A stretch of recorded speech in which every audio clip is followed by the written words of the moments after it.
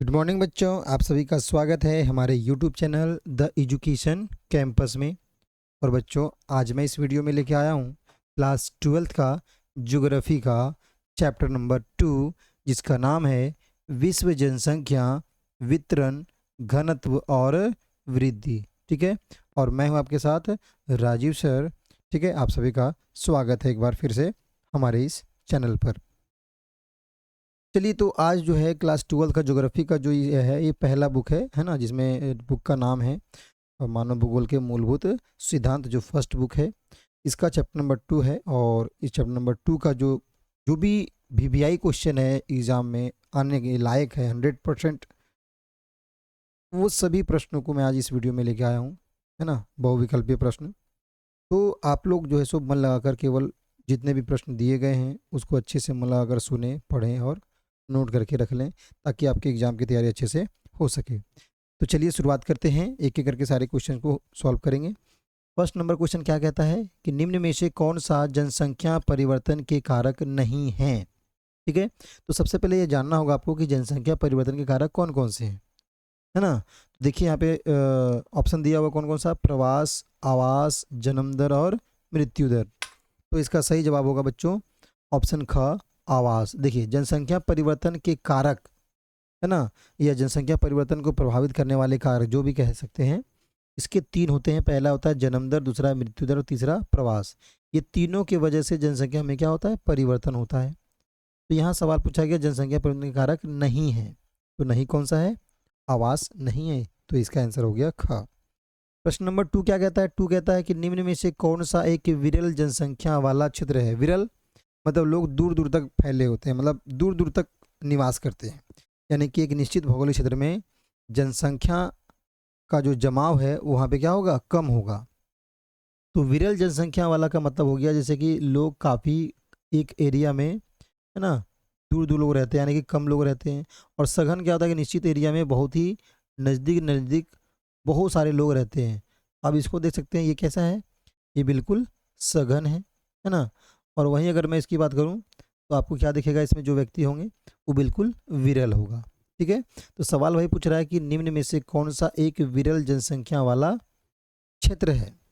तो ऑप्शन दिया हुआ है ध्रुवीय प्रदेश, भूमध्य रेखीय प्रदेश, दक्षिण पूर्वी एशिया या अटाकामा। देखिए, विरल जनसंख्या वाला जो क्षेत्र है उसमें आपका कौन सा आएगा, तो सही जवाब होगा ध्रुवीय प्रदेश। ध्रुवीय क्षेत्रों में जनसंख्या एकदम बहुत ही कम होती है, बहुत ही कम, क्योंकि वो बिल्कुल शीत प्रदेश होता है, ठंडा प्रदेश होता है। और ये ध्रुवीय प्रदेश जो होगा ये आपका खासकर दक्षिणी ध्रुवीय पे नहीं मिलेगा, जो भी मिलेगा थोड़ा बहुत देश वो कहाँ मिलेगा आपको, उत्तरी ध्रुव में मिलेगा। ठीक है, तो उत्तर ध्रुवीय प्रदेशों में जनसंख्या घनत्व कैसा होता है, विरल पाया जाता है, यानी कि कम पाया जाता है। प्रश्न नंबर 3 कहता है प्रतिकर्ष तथा अपकर्ष कारक उत्तरदायी है किसके लिए। ऑप्शन दिया प्रवास के लिए, भू निम्नीकरण के लिए, वायु प्रदूषण के लिए या फिर गंदी बस्तियों के लिए। ठीक है ना, चलिए मैं इनको हटा देता हूँ, गंदी बस्तियों के लिए।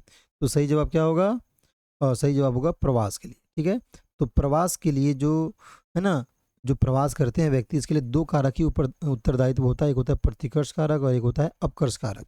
अपकर्ष कारक मतलब वो कारक जिसके वजह से लोग खींचे चले जाते हैं वहाँ तक, और प्रतिकर्ष कारक जिसकी मजबूरी में उन्हें जाना पड़ता है, जैसे बेरोजगारी।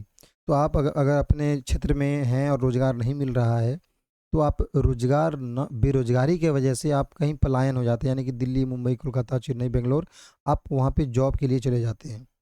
तो ये वहाँ पे रोजगार है, और वहाँ पे क्या किया आपको, तो आप वहाँ पे क्या हो गए, अपकर्ष हो गया। वो जो रोजगार जहाँ मिल रहा है, तो वहाँ का कारक कौन सा हो गया आपके लिए, रोजगार। और प्रतिकर्ष कारक क्या हो गया, बेरोजगार, है ना, ध्यान रखेंगे। तो ये प्रतिकर्ष और अपकर्ष कारक उत्तरदायी किसके लिए होगा, प्रवास के लिए, ध्यान रखिएगा।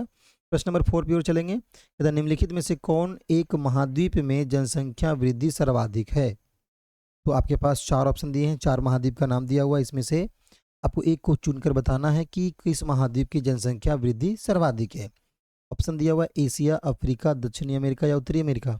तो इसका सही जवाब होगा ऑप्शन ए, एशिया महाद्वीप में जनसंख्या वृद्धि जो है वो क्या है, सर्वाधिक है।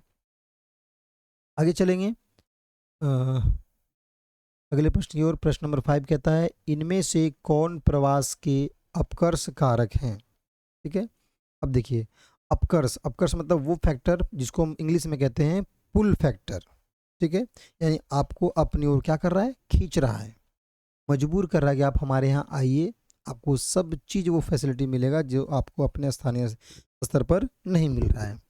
तो अपकर्ष कारक में क्या क्या आएगा, देखिए शहरीकरण, औद्योगिकरण, परिवहन की सुविधा या इनमें से सभी। तो इसका सही जवाब होगा इनमें से सभी। देखिए जो शहरीकरण होता है, शहरी तौर तरीके से जो रहना पसंद करते हैं वे लोग भी पलायन करते हैं।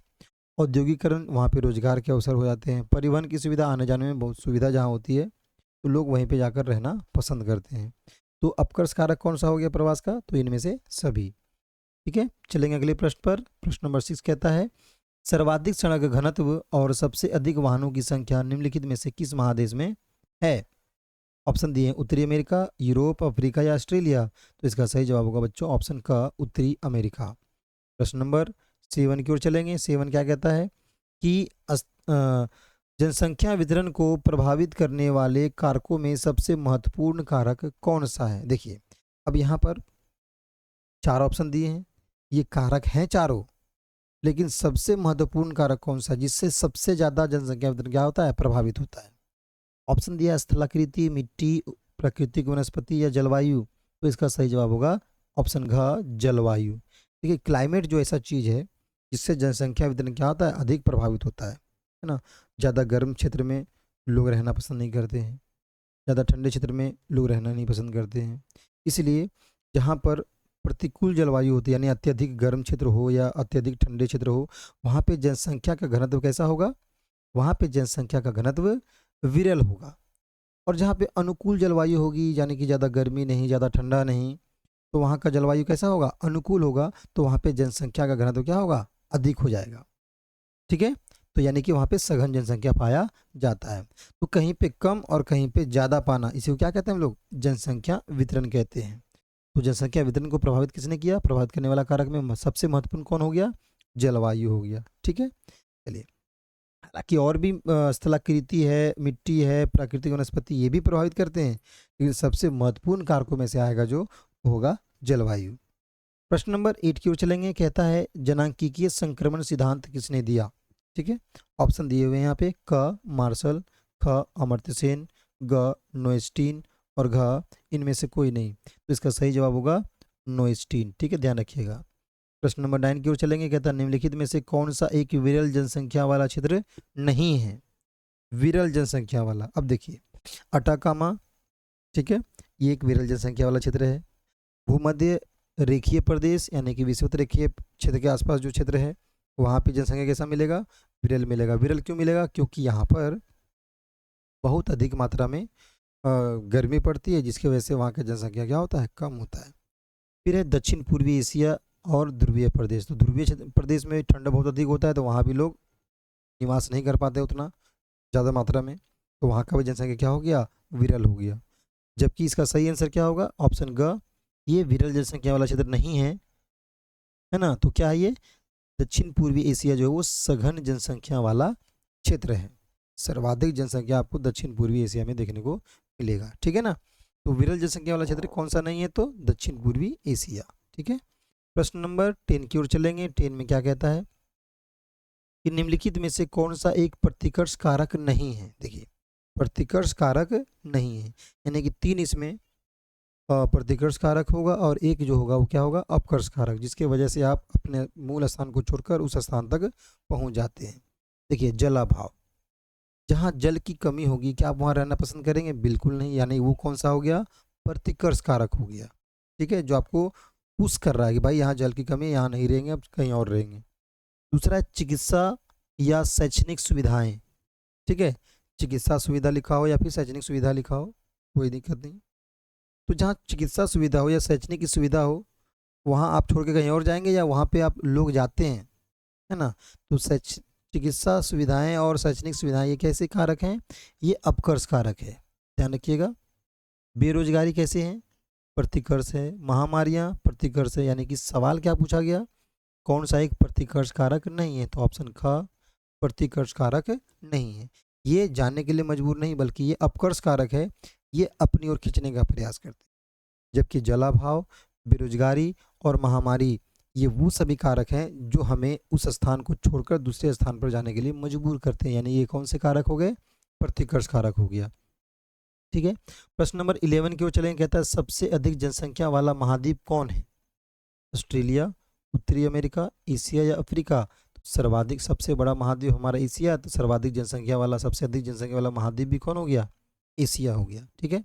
प्रश्न नंबर 12 कहता है जनसंख्या घनत्व का संबंध होता है। ठीक है। जनसंख्या घनत्व अगर आप पढ़े होंगे तो इसका फॉर्मूला से आप अगर परिचित है तो कोई दिक्कत नहीं है, आराम से बना लेंगे। प्रश्न नंबर ऑप्शन क कहता है जनसंख्या एवं संसाधन, ख कहता है संसाधन एवं परिवहन, ग कहता है जनसंख्या एवं क्षेत्रफल और घ कहता है इनमें से कोई नहीं। तो इसका सही जवाब होगा जनसंख्या एवं क्षेत्रफल, क्योंकि जनसंख्या घनत्व का फॉर्मूला क्या कहता है ना? कुल जनसंख्या बटे में कुल क्षेत्रफल। तो जनसंख्या घनत्व का संबंध किससे है? जनसंख्या और क्षेत्रफल से है। तो इसका सही जवाब हो गया ग। प्रश्न नंबर 13 क्या कहता है?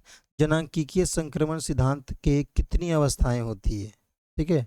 तो इसका ऑप्शन दिया हुआ है 2, 3, 4 या 5। तो सही जवाब होगा ऑप्शन ख, 3 अवस्थाएं होती है। ठीक है।